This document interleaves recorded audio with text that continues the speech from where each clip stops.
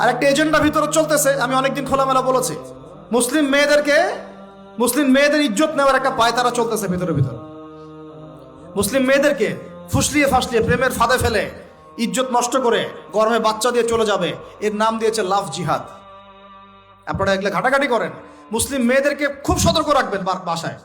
আপনার মেয়ে, আপনার বোন, আপনার স্ত্রী, এদেরকে খুবই সতর্ক রাখবেন, কোন অবস্থাতেই যেন এদেরকে এগুলো স্পর্শ করতে না পারে। একবার ইজ্জত চলে গেলে আর কোনোদিন ফিরে আসবে না ভাই। আরো তো কি বলতে গেলে তো এগুলো বললে শেষ করা যাচ্ছে না। এরপরে আবার আসছে এখন নতুন ফিতনা কি, যে না ভাই আমি মনে মনে ছেলে না, আমি মনে মনে আবার মেয়ে। নাউজুবিল্লাহ। বাইরে বাইরে ছেলে, মনে মনে আবার মেয়ে। এরা আবার এখন কি কি করতেছে দেখতেই তো পারতেছেন কি হচ্ছে। এভাবে আরো একটা 10 বছর মেয়াদী পরিকল্পনা গ্রহণ করছে, 10 বছরে যেন বাংলাদেশে এদের সংখ্যা আরো বেড়ে যায়।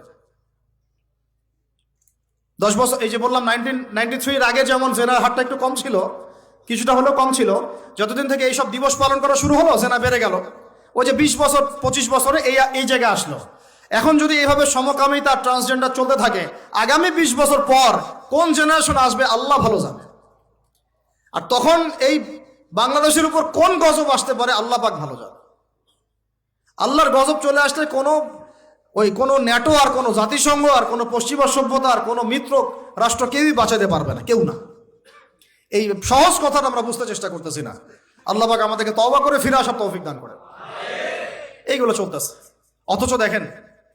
অথচ সবচেয়ে বেশি ভালোবাসেন, মহব্বত করেন আমাদেরকে আমাদের রব। কে ভালোবাসে আমাদেরকে? আল্লাহ ছাড়া আসলে ভালোটা বাসেই বা কে? আমরা যে পবিত্র সম্পর্কের কথাও বললাম, এই যে স্বামী স্ত্রীর সম্পর্ক, স্বামী স্ত্রীর মধ্যে মহব্বত, পবিত্র সম্পর্ক, এটা হালাল বৈধ, আল্লাহ পাক বৈধতা দিয়েছেন। কারণ আমাদের প্রবৃত্তির চাহিদা আছে, এই চাহিদা পূরণের জন্য আল্লাহ পাক আমাদেরকে হালালভাবে বিয়ে করতে বলেছেন। সমাজ বিয়েটাকে কঠিন করে ফেললো আর জেনাটাকে সহজ করে ফেললো। আজকে একটা হাদিস পড়ছিলাম যে কিয়ামতের মাঠে শহীদরা পর্যন্ত ঈর্ষান্বিত হবে, নবীরা ঈর্ষান্বিত হবে একদল মানুষকে দেখে, যে আল্লাহ পাক তাদেরকে নূর দিবেন, চেহারা আলোকিত হয়ে থাকবে। তারা শহীদ হয় নাই, তারা নবীও ছিল না, বরং তারা তাদেরকে দেখে ঈর্ষান্বিত হবে। আল্লাহ পাক বলবেন, এরা আমার সেই সব বান্দা যারা একে অপরকে মহব্বত করতো শুধু আমার সন্তুষ্টির জন্য। আর আমরা জেনাকে মহব্বত নাম দিয়েছি। এখন আমি এই জায়গাটা থেকে একটু ভিতরে যাই। দেখেন 1993 সালে এটা চালু হওয়ার পর থেকে কি হলো, আসলে হলোটা কি দেখেন। হলো মানে কি, একটু মনোযোগ দাও আমার দিকে তোমরা ইয়াংরা। যখন এটা লাইসেন্স পেয়ে গেল, পৃষ্ঠপোষকতা পাচ্ছে, তখন আসলে হচ্ছেটা কি? একটা জিনিস লাইসেন্স ছিল না, পৃষ্ঠপোষকতা ছিল না, মানুষ অল্প কিছু মানুষ করতো, সেটা আলাদা বিষয়। আর যখন একটা বিষয় মানে আপনি ঢাকঢোল পিটায় উদযাপন করতেছেন, তখন এটা একটা কি পেয়ে যায়, একটা আনুষ্ঠানিকতা পেয়ে যায়, একটা লিগালাইজড হয়ে যায় জিনিসটা। মনে হয় যে ওটাই মনে হয় করণীয়, ওটা যারা করছে না ওরাই মনে হয় ব্যাকডেটেড, এমন হয়ে যায় বিষয়টা। হলো কি তারপরে হলো ছেলে মেয়েদের ফ্রি একটা মিক্সিং শুরু হয়ে গেল। ছেলে মেয়ে মানে আল্লাহ পাক যে বলেছেন যে তোমরা দৃষ্টি নিচু করো, এটা যে কোরআনে আছে যে একটা গায়রে মাহরামের দিকে চোখ পড়লে যদি খারাপ চিন্তা চলে আসে, চোখটা কি করো, নিচু করো, ছেলে হোক মেয়ে হোক। এই আয়াত কোরআনেই পড়ে থাকলো, চক্ষু নিচু করো তো দূরের কথা, চোখে চোখ রেখে এখন কিস করতেছে মনে করেন বিষয়টা, তাই না? কথা কি বুঝতে পারেন? আল্লাহ পাক কোরআনে বলছেন, আমি শর্ট করে বলতেছি যেন আপনাদের টাইমটাও মানে একটা ফ্যাক্ট, আপনার বাসায় গিয়ে পড়ে দেখবেন। আল্লাহ পাক কোরআনে বলেছেন ওয়ালা তাকরাবা হাযিহিশ শাজারা। একটু বোঝার চেষ্টা করেন। এই কথাটা আল্লাহ পাক বলেছেন আমাদের পিতা এবং মাতাকে, আদম আলাইহিস সালাম এবং হাওয়া আলাইহিস সালামকে। দেখো তোমরা জান্নাতের সব জায়গায় ঘোরো, খাও, কোনো সমস্যা নাই। ওয়ালা তাকরাবা হাযিহিশ শাজারা, এই গাছে উঠবা না, কথাটা এমন না। এই গাছের পাতা ধরবা না, কথাটা এমন না। এই গাছের ফল টান দিও না, কথাটা এমন না। এই গাছের ছায়ায় বসিও না, কথাটা এমন না। আল্লাহ পাক বলছে ওয়ালা তাকরাবা, এই গাছের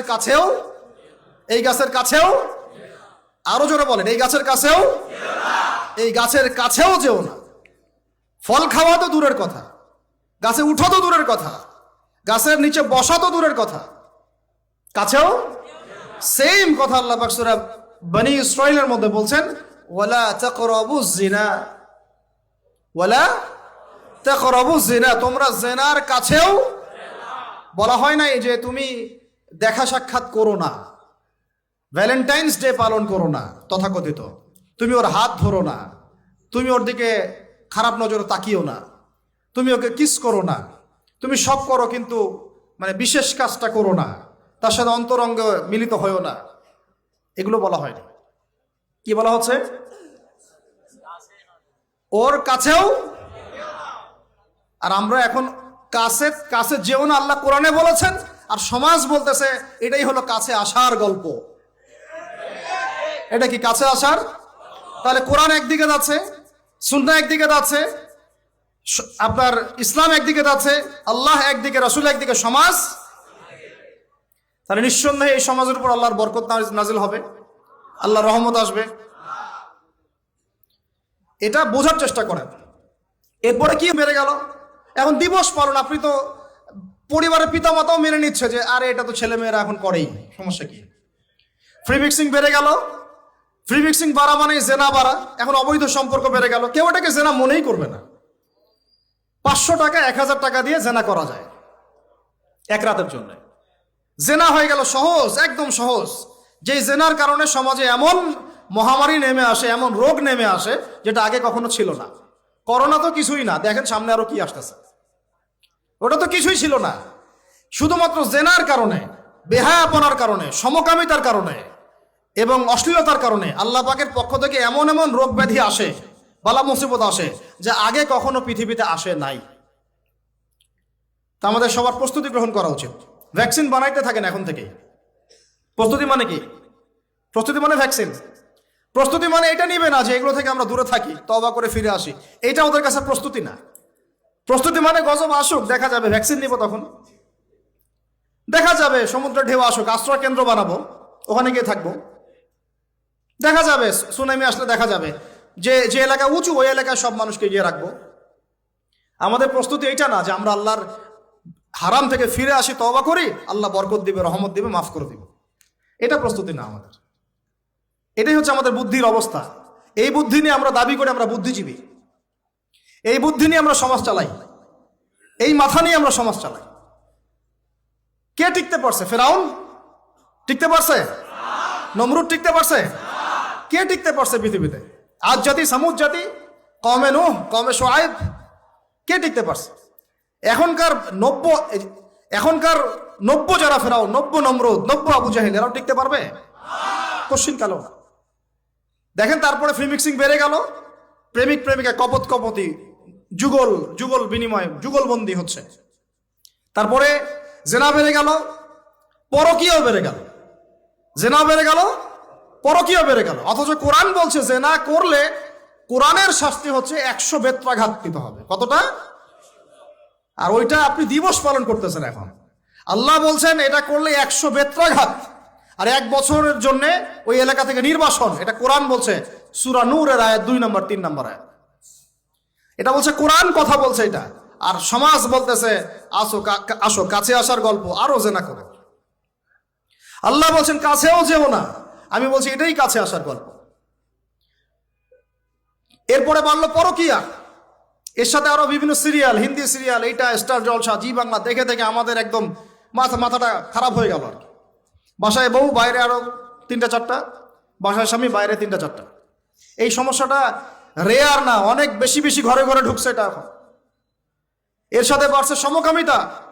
এখন ছেলে ছেলের সাথে জেনা করতেছে, এখন ছেলেও ভ্যালেন্টাইন্স পালন করবে কালকে। নাউজুবিল্লাহি মিন যালিক, নাউজুবিল্লাহি মিন যালিক। এটা কওমে লূত। এটা কোন কওম? কওমে লূত। আল্লাহ পাক ওই কওমকে এরকম করে মাটি থেকে উপরে উঠিয়ে পাথর নিক্ষেপ করে সবগুলোকে থেতলা করে মাটিতে দাফন করে দিয়েছিলেন। এখনো আপনি গুগল সার্চ করে দেখেন, জর্ডানের ডেড সি, মৃত সাগর, ওই জায়গাটা ছিল, কওমে সাদুম ওখানে থাকতো। নিদর্শন সামনে পড়ে আছে। আর আমাদের নবীজি বলছেন তোমরা যদি সমকামী কাউকে পাও, আল্লাযী আমিলা আমালা কওমি লূত, যে কওমে লূতের আচরণ করেছে, ফাকতুলুল ফাইলা ওয়াল মাফউলা বিহি, তাহলে যে করেছে ওকে এবং যার সাথে করা হয়েছে দুইটাকে হত্যা করবা। কে বলেছেন? আপনার নবী। জি, যিনি সমাজ চালান তার নবী, যার হাতে সব অথরিটি আছে, আপনার নবী কথা বলেছেন। আপনি আপনার নবীর সামনে হাউজে কাউসারে কিভাবে দাঁড়াবেন এই ফিকির আপনি গ্রহণ করেন। আরো বলেছেন তিনি, উরজুমুলা আলা ওয়াল আসফালা মিনহুমা উরজুমুহুমা জামিআ, তোমরা সমকামী কাউকে পাইলে উপরে আছে যে আর নিচে যে আছে দুইটাকে এক রজম করে থ্যাতলা করে হত্যা করে দিবে। এটা কি ব্যক্তির জন্য এই দায়িত্বটা বর্তায়, না এটা উপরের লেভেলের দায়িত্ব? এই হলো আল্লাহর বিধান, রাসূলের বিধান, আর এই হলো সমাজ, এই হলো আমাদের অবস্থান। এরপর আমরা দাবি করতেছি আমরা মুসলমান, আমরা মানে মরার সাথে সাথেই জান্নাতে চলে যাবো, নাউযুবিল্লাহ। চিন্তা করা যায়? আমরা দাবি করতেছি আমরা মুহাম্মদ সাল্লাল্লাহু আলাইহি ওয়াসাল্লামের উম্মত, আমরা তার হাতে হাউজে কাউসারও চাই, তার সুপারিশও মানে প্রত্যাশা করি, আর পুরো জীবনটা উপর থেকে নিচ পর্যন্ত তার বিরুদ্ধাচরণ করে চালাচ্ছে। এটা আমাদের দেশে 1993 থেকে শুরু হলো। তারপরে পরকীয়া এগুলো আরো বাড়তে থাকলো। এর উপর আবার একটা ব্যাপার আছে, এর উপর আবার ওই 90-এর দশক থেকে এই পর্নোগ্রাফিও ছড়ায় দেওয়া হলো সব জায়গায়। মানে ভিতরে ভিতরে ফোনে ফোনে ছেলেমেয়েরা পর্ন দেখতেছে। আমার কথাটা বুঝেন, রাত্রেবেলা ভিতরে ভিতরে মনে করেন ছেলেমেয়েরা পর্নোগ্রাফি দেখতেছে। বেশি ভালো সাজার প্রয়োজন নাই, সবারই চোখে কম বেশি এটা পড়েছে। যারা অনলাইনে ঢুকেছেন জীবনে একবার হলেও তার চোখে পড়বে, এটা অনলাইনে ফিতনা, তাই না? পর্নোগ্রাফিও দেখতেছে। এদিকে পর্নোগ্রাফি দেখার মধ্য দিয়ে কি হয়, মানুষ পশু হয়ে যায়। একটা মানুষ যখন পর্নোগ্রাফিতে আসক্ত হয়, ওটা ছাড়া সে চলতে পারতেছে না, ওর সামনে আপনি 5 বছর 6 বছর একটা মেয়েকেও যদি দেন, ওকে ধর্ষণ করে রেখে দেবে। দেখেন, হ্যাঁ, কেন ধর্ষণ করলো 5 বছরের মেয়েটাকে? এটা কি সম্ভব? 5 বছর একটা মেয়ের সাথে কি মানে সেক্সুয়াল কোনো সম্পর্ক সম্ভব? ও কিভাবে করতে পারলো? বিকজ পর্ন দেখে দেখে ওটা মাথাটাও নষ্ট হয়ে গেছে। পর্ন যেটা করেছে, পর্নোগ্রাফি আর এই জেনাগুলো যেটা করেছে, সত্যিকারের ভালোবাসার সংজ্ঞাটাই পরিবর্তন করে দিয়েছে।